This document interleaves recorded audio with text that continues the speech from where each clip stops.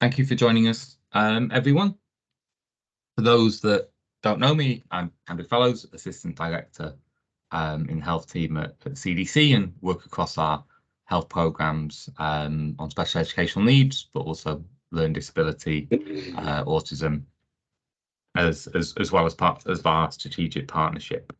So this session is going to set out a bit of the national context for ICSs and kind of how that framework has evolved over the last year or 18 months since they were set up, and then an opportunity to kind of share insights and reflections from your own systems. A lot of insight in the virtual room, and you know that because I've seen the attendee list, but I just like people to introduce themselves in the chat so people can see where each other are coming from. And then I thought I'd start by looking at where people in kind of the SEN world, and particularly DCOs and DMOs as well, kind of where they were in terms of their kind of what they were expecting 18 months ago on the verge of kind of ICSs moving into the statutory system, and I think I'd described it as somewhere between cautiously optimistic and in some cases significantly concerned. But so I'd just like to launch a poll that kind of asks similar questions, looking at where people feel they are now 18 months on from this. So should come up.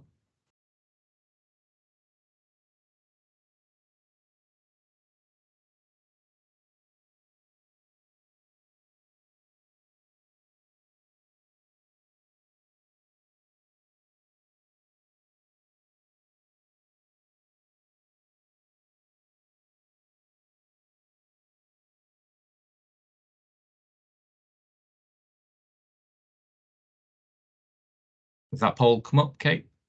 Yeah. Showing. Okay. Yes, it is. Let's have a look.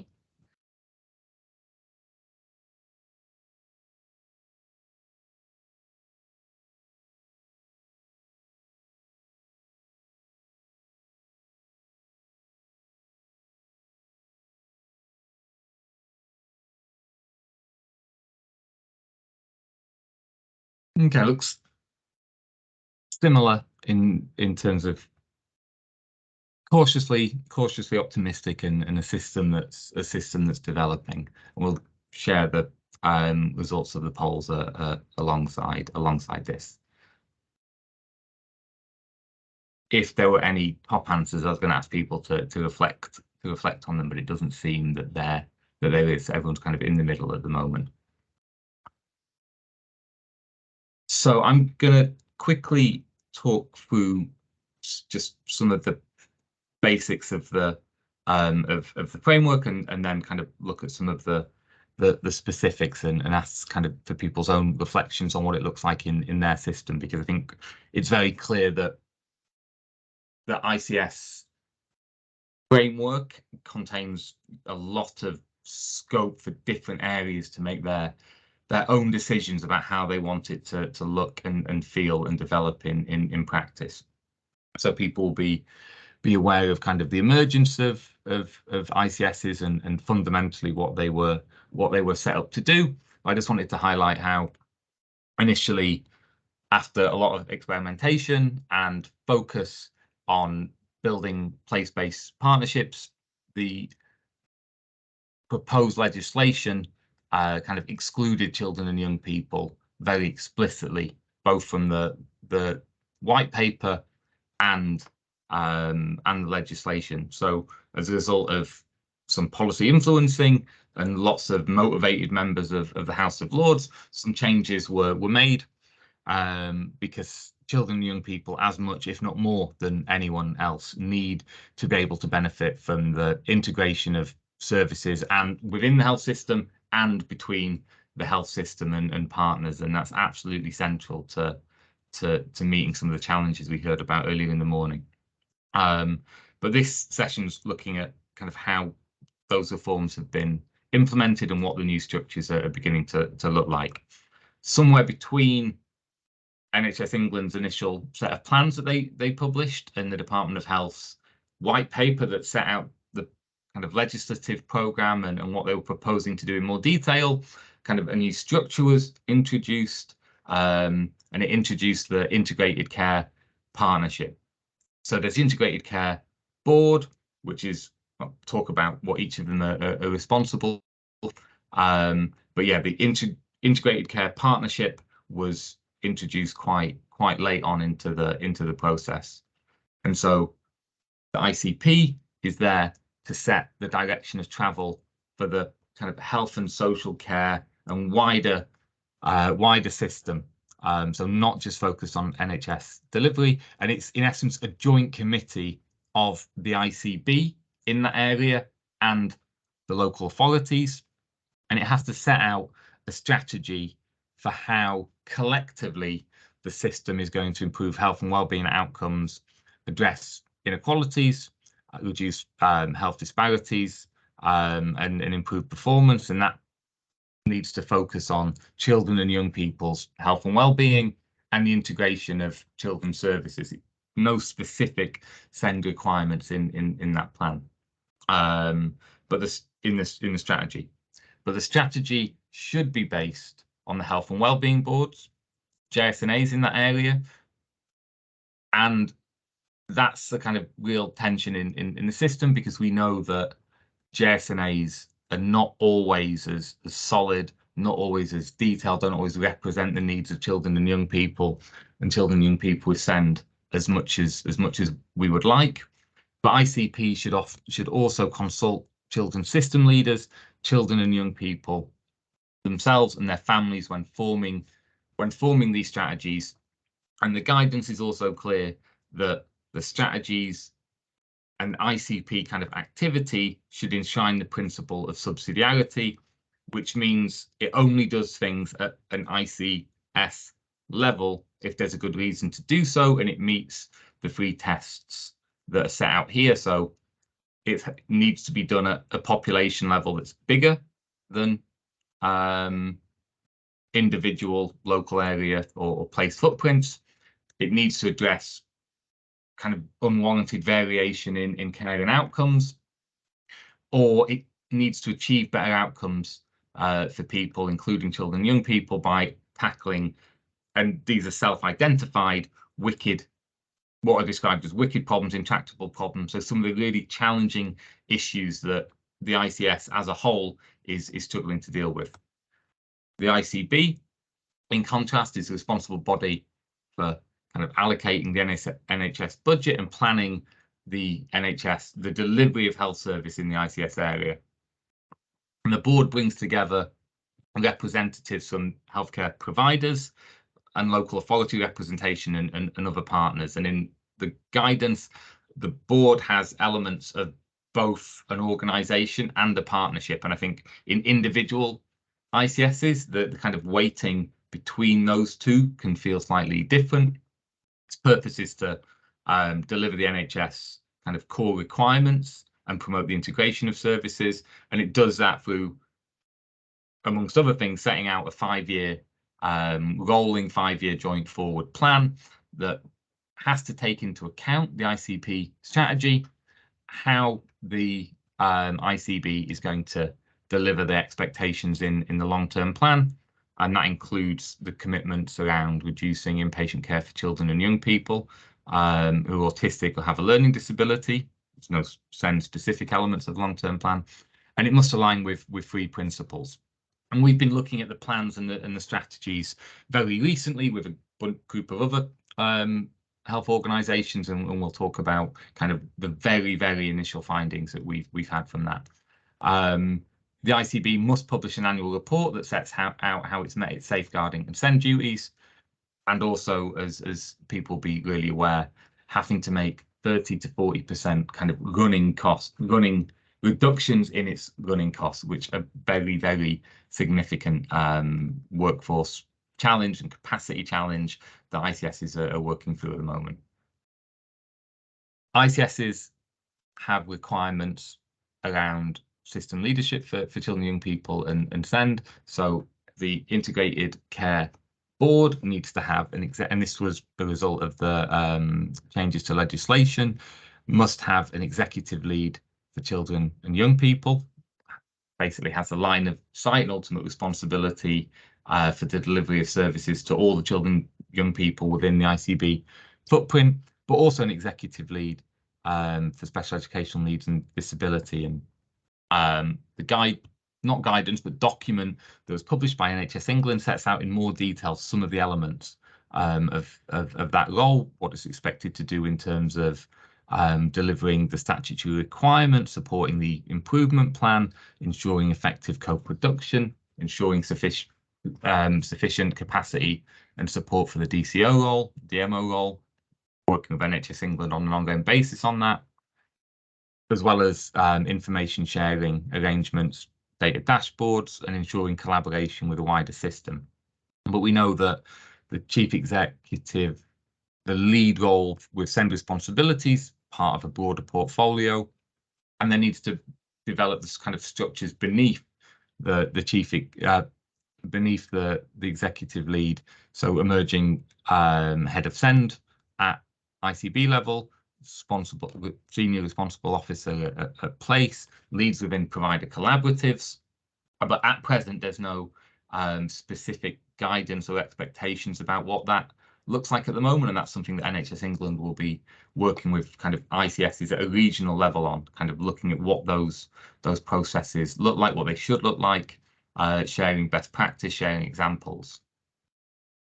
Also, workforce strategy, which many of you will have seen was published. I just wanted to highlight that the relationship between the workforce plan, which does include some elements of investment and targets for children and young people's workforce, but possibly not as much as we would have hoped. While it'll be checked by government every 2 years, there's a lot of detail in terms of the funding and the plans for that, but it does require ICSs to produce a workforce strategy showing how they will kind of implement their element of the national workforce plan. But how the workforce needs that we heard about this morning and the pressures on SEND will be reflected in that process and represented in the workforce plan is not clear at the moment, and I think that's something we'll definitely want to look at as those plans are produced. So some emerging issues in that framework, just very quickly. I think one is the relationship between the ICP in setting the overall direction and the ICB as the NHS kind of responsible for NHS delivery. And it's a bit of a chicken and egg between how much influence the ICP strategy, which should involve voluntary organisations, local authority, children's services in its development, how that actually influences ICB priorities and activities. JSNA, as I mentioned, will ICBs and ICPs look at improving the quality of JSNAs if they're so central to how they plan and organise services? And then the evolving relationship between ICBs and the actual providers within its footprint, and the move to provider collaboratives, so kind of bringing together providers in single structures or kind of formal alliances, could really kind of changes how the NHS is organised and delivered services up until this point. And finally, the long-term plan, so published in 2019, still sets out the specific objectives that local areas should be trying to achieve. It's a major point of kind of oversight and accountability, but the first period of implementation is coming to an end, and it's unclear how that will be extended or what will replace the role of the long-term plan in kind of being, as it's described in the operating framework, that guiding star for the NHS and for ICSs. So I'm just going to very quickly talk about some analysis that we just started doing with a range of other children's organisations in the Health Policy Influencing Group, looking so far at 25 ICP strategies and ICB joint forward views. This will form the basis of a far more detailed report that we publish, but these are very, very early findings that we've picked out, and the analysis is ongoing, but the deadline for kind of submission was just Monday, so it's extremely early findings and not had the opportunity to share them before. So we looked at a range of kind of features of both ICP strategies and ICB plans, and I've just picked out a few top line messages about what we saw. So we saw that in terms of representation of children and young people in the plans, it was there, or in the strategies, it was there as it should be, but maybe not as consistently as we would have liked. But the majority of plans, at least to some extent, recognised babies, children, and young people. And when you looked at what specific kind of groups of children and young people the plans were highlighting, SEND was relatively well represented. So 15 out of the 25 had picked out or highlighted children and young people with SEND as something that they were planning on addressing as part of their strategy. But when we looked at it in terms of how the strategies were demonstrating kind of significant leadership for different groups of children and young people, so in terms of the level of detail and the level of kind of ambition about what they were planning, SEND wasn't as well represented. So there were 3 plans, there were 3 strategies that people felt had done that, and we'll be looking at those in more detail. In terms of ICB leadership, interestingly, it was difficult to get a sense of kind of who the executive leads were, or if they were in place, and we know that they are in place, and it raises a question of the difference between what's published and what's available in plans. In plans and strategies for those who kind of rely on those as a sources of information about who's who and what's happening, because yeah, we know from NHS England's work and the heat mapping, they're in place, but you couldn't tell that easily from the plans and strategies. In terms of the ICB forward plan priorities, again, children and young people were well represented, although not as uniformly as they should be, but well represented in terms of the priorities for action. And children and young people with special educational needs and disability were amongst the most significantly represented groups when looking at which groups of children and young people the plan were prioritising. So again, 14 out of 25. But the questions that looked at to what extent the plans were making kind of concrete and formal, kind of actionable steps and clear strategies to deliver improvement, that was much less clear. And finally, voice and co-production. Again, voice and co-production was represented in the strategies. So in the ICS strategies, it was definitely there. But what was difficult to do was break down or kind of see the co-production activities that related to children, young people, that related to parent carers, amongst the whole kind of range of activities that ICPs had undertaken. And it was particularly difficult with ICPs to see how that co-production or engagement activity had actually influenced the content of the strategy. That thread wasn't there. Slightly easier to do in the plans, but still not as clear as we would like. But again, we'll look at those good examples in the full report. And then workforce, largely seen, identified by most areas as a significant challenge to be able to deliver the ambitions of the strategy. But when looking at, again, specific plans for children and young people's workforce and actions and ways of trying to address those challenges, it was a bit less consistent. But we've also looked at the specific groups of professionals that the plans are prioritising. So I'm going to launch the second poll, looking at kind of how people have been involved in or experienced the plans and strategy development.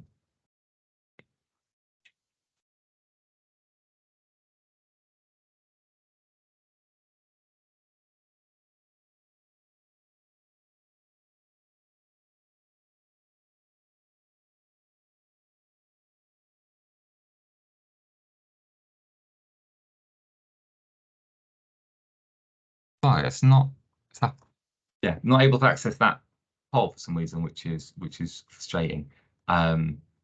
So if people in the chat, or if anyone's would like to talk about or raise kind of their own experiences of being involved in either the plan or the strategy, and feel that it's kind of a good example of kind of how that process can work and represent the needs of children and young people with SEND, if you could put that in the chat, that would be fantastic.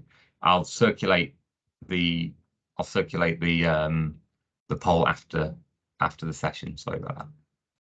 So before we kind of discuss where people think their own systems are at and their experiences of kind of being involved, I'm just going to highlight a couple of things in terms of the new kind of oversight and accountability measures in the system.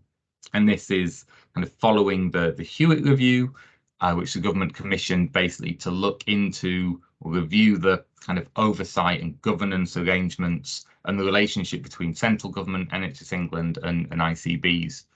The government's response to the Hewitt review kind of sets out how it sees the leadership and accountability of the system in a way that was quite hard to kind of piece together from the various different bits of guidance.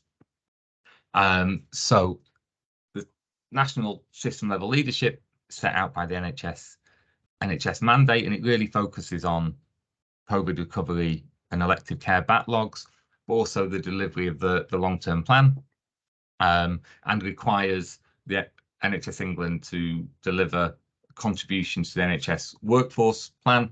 Now, the mandate goes to NHS England, but it's also shaped by NHS England and ICBs, and then NHS England supports ICBs to deliver on the objectives in the mandate. And how it does that is set out in the operating model and the operational planning guidance, but it's regional teams, and we heard from Lorraine talking this morning, and the role that her regional teams play in supporting local areas with developing their SEND agenda.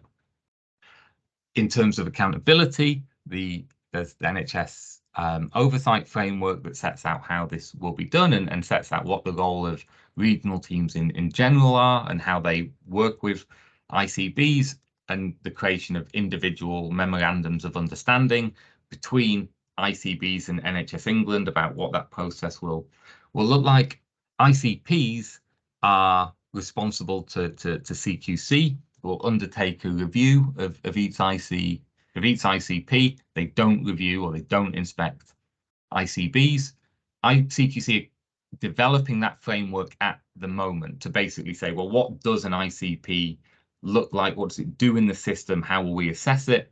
And ICSs will have to hold a summit in response to the report it receives from CQC. And the government also highlights, or in its response, the role of local accountability arrangements. So health and wellbeing boards, but also the health overview and scrutiny committee as having a particularly important role to play. I think it's at the moment it's unclear how that's happening, or examples of that happening, and if the health overview and scrutiny committee can play a role in supporting kind of and scrutinizing in a way the ICB kind of relationship with local authorities and the delivery of the joint SEND agenda. The system map that accompanies this, which is not the most straightforward or clearest document, but it does show how it's a kind of mutually reinforcing set of relationships between the different elements of the system, and it's not a linear kind of process of kind of setting out objectives from the mandate purely to NHS England and then down to ICSs. It's kind of, yeah, the different spheres of influence and different routes that will influence ICB behaviour, and that need to consider how to include children and young people with SEND and those priorities, and making sure that they're visible, as Lorraine was saying, that they're present in these structures, and that they're all being clear, they're all clear and making sure that children and young people with SEND are a key element of the operational plans, of the delivery plans, and moving from ICS leadership through the governance levels to place and neighbourhood. People will be extremely familiar with the inspection framework, but it's so rather than the content, it's the point that at the moment ICBs are still a bit inconsistently represented in the inspection reports. Sometimes it's referenced to health leaders, sometimes ICBs are directly referenced in terms of recommendations and priority actions. Sometimes it's not as clear. But there's also guidance about the expectations on ICBs to respond to those recommendations, and particularly response if there's an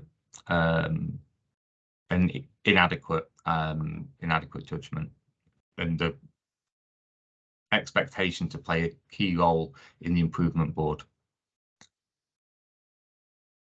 Just wanted to highlight the LGO, the Local Government and Social Care Ombudsman pilot, and again, a lot of people will be familiar with that, but it's been looking at health and social care cases in relation to special educational needs, but a pilot has allowed it to make judgments around the health aspect and make judgments on the NHS. And there was a recent one yesterday, and the link to how to find that is in the slide that will circulate.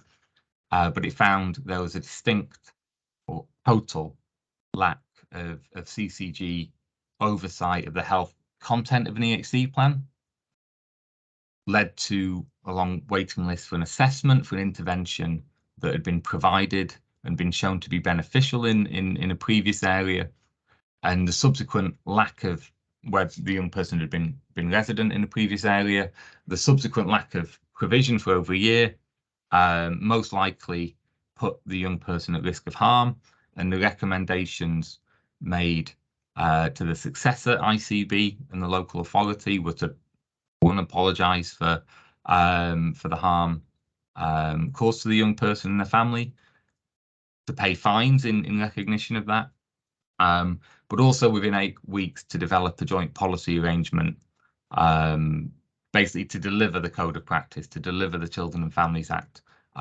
requirement, and that policy needs to include specific arrangements for children who aren't ordinarily resident. It's probably the strongest of the pilot findings so far in terms of what it says about ICB requirements to deliver the Children and Families Act, and the level of criticism it pitches at the ICB. So in terms of where we think ICSs are at the moment, we know governance arrangements are still being developed, but the shaping and appointing key roles throughout the ICS structure, so not just the executive lead, is currently happening and is particularly crucial. We know ICBs and local authorities are undertaking kind of partnership building activities, trying to define their relationship with each other, what should be done at a system, place, and a neighbourhood level, and those structures, and setting out formal memorandums of understanding or statement of intents about kind of what they want to achieve and how they're going to work together to achieve it, and that once those arrangements are more solid and in place, that it's not just about having governance arrangements, it's about the form of decision making and authority that those arrangements will have within the SEND system, within the ICS, to make decisions about planning and delivery of services, investment decisions, looking at how to address inequalities of access, inequalities of outcomes across the ICS footprint, whether there's any potential redistribution element within that. And so it would be really, for the last kind of 10 minutes, it'd be really interesting and to get your perspectives on some of the key activities that you're seeing that are hopefully proving effective and moving agenda forward in your system. Reflections on things that maybe haven't worked so well as well, but I'll just stop sharing now. Kathleen. I think for me, because a lot of DCOs have sat within Director of Nursing and Allied Health Professionals, directorates in quality directorates. But in actual fact, what comes down time and time again is that this is a commissioning issue. And I feel so much better now sat in an ICB where I'm alongside the commissioners. So I'm in the transformation directorate. So we've got LDAP, mental health, the CYP is all sat there. They are my work colleagues from an ICB perspective. So I go off to their, we're a team, so you can have that dialogue and really understand what's going on and also be able to really influence. And that's what's just been recognised in a peer review as well. So I think some of it as well is where, and the exec lead for SEND is the transformation director. So I think it depends if you get an exec lead who's interested in it being part of their portfolio, or it's just something lumped in. But also I do think that real positioning and sat alongside, it just depends on the interfaces, doesn't it? But it works so much better for me to be sat alongside in old money commissioners, but strategic leads for improvement in transformation.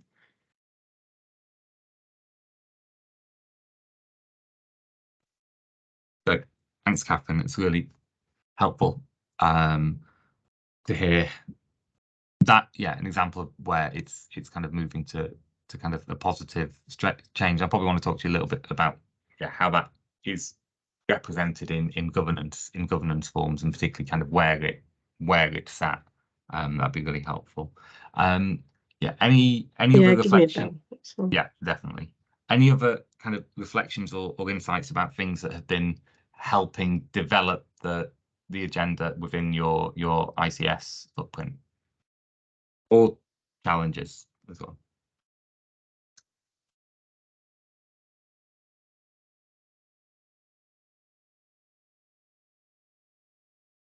Joanne. Hi, yeah, no, I was just following on from Catherine. We're actually work in Devon, so NHS Devon ICS are an ICB are restructuring at the moment. So we've been trying. We've got a few people really trying to get our voice into that, what that structure looks like. So it's really interesting to hear from Catherine. It sounds like maybe they're already there and sat with. And we're currently, as a DCO, sat in the Nursing and Quality Directorate and actually working really, really closely with our colleagues in, women's and children, but having to make that happen rather than being encouraged for that to happen. But we're just trying to get those voices into whatever the new structure is going to look like in the next sort of few months. And I think you sort of hit the nail on the head, Catherine, around particularly the exec lead and that portfolio, and whether it's, we better put it with that person somehow rather than actually it really being a priority. And so that's what we're really trying to get through to the different levels of the organisation that are being looked at the moment as to where that is going to sit, and make sure that it's not an afterthought, but it's right up at the top.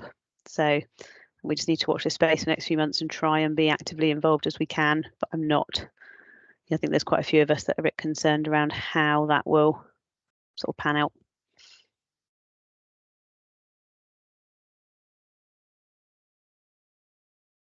Thanks, Joanne. Jane. Hi, yeah, so I'm Jane Fitzgerald. I'm the steering group rep for Yorkshire and Humber for the national network, but also involved a lot in what happens in our 4 ICBs across the North East and Yorkshire. And it seems there is some incredible work happening. There's some phenomenal stuff going on. So we've got provider collaboratives, and into the mental health, and there's the LDA programme, where all partners are engaged and all partners there's definitely seems to be an air of new way of working, but there's still duplication going on, because does the mental health collaborative, understand across this system what the LDA programme is doing. And it seems to depend on the leads understanding, because if they're not, quite often they're not in the same place, as in sitting beside, as you were saying, Catherine. So, for example, in South Yorkshire, we could have one lead that's in Rotherham Place, another lead that's in Sheffield Place. And it's something about, certainly for us as external partners as well, the Health and Wellbeing Board is kind of, it's very patchy whether the voluntary sector is even included in that or if it's tokenistic across the whole patch. There are 29 local areas across northeastern Yorkshire. So if that's where the accountability is, and that's where the living experience is going to come, not just from parents and people, but practitioners and operational staff that are making this work or trying the best to make it work on the ground now, then really there needs to be some configuration about who's invited to those meetings too. And I think maybe when we talk about accountability, we need to look at a reconfiguration of who should be at those at that health and wellbeing board or the other boards, that make sure that at place we have got the senior responsible officer for SEND. Everyone knows who that is, and just in the same way that DCOs come together and work across the place and then across the region, but also are very integrated into the wider partners as well. I hope I haven't just rambled and it made sense, but yeah, just from the voluntary sector and parent forum, if you like, as partners, because if we're well integrated into all this, families with SEND and young people are not. So if we're struggling where we weren't before to engage with partners, and it's become more difficult, then it's going to be more difficult for our families and children and people who are identified today or who are born today with disabilities in having those needs met. Okay. Thanks, Jane. Anyone else in terms of insight from their system and what's hopefully addressing some of those challenges?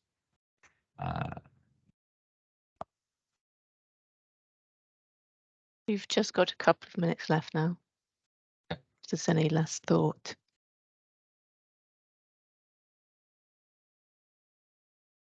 Helen. Really sorry, my internet is virtually in the 1980s.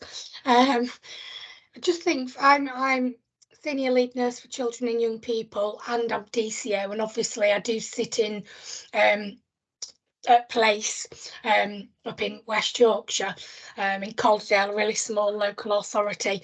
We have really good relationships across the partnership. The difficulty I am having, and this is really difficult because I know recruitment's a challenge nationally, and I've had a substantive role withdrawn for recruitment, but the senior leaders at the local authority, we have a number of interims replacing interims, and I find that a real challenge. We've been able to have some really good conversations, and I've just found out that interim head of SEND role, the person's leaving, and that has brought in another interim, so we're going to have to rebuild relationships. About conversations we've been talking about for a long time is a little bit frustrating. Not a complaint, but it is a bit of a difficult arena. Yes, I mean, hopefully there'll be some solidification as the arrangements kind of take place, and that's something that can be addressed. But I think that's really helpful in terms of some of the challenges. We're going to be working with NHS England and bringing people together to look at what not guidance, but what information about the structures and how ICBs can or should be working with the wider system. So a bit of a kind of explainer guide, but also tries to get under the skin of some of those more specific issues that were raised in terms of, where things should sit, who needs to sit together, what those lines of sight need to look like. Some of the insights from the inspections. We'll be kind of having sessions over the next few months, and you'll definitely hear from us about the opportunity to feed back into that. But yeah, thank you. As always. No, thank you so much, everyone for attending today. I think I'm right in saying, Kate, that we don't go back to a plenary after this. Yes, that's right. Oh. There's a survey in the chat if you could fill that in, please, but you don't need to go back to the main meeting room as we're finished now, so you can get some lunch. Thanks everyone Thank you, for everybody. attending. Take Send all the care. slides really soon, but thank you all for Take coming care. and enjoy the rest of your day. Thank you.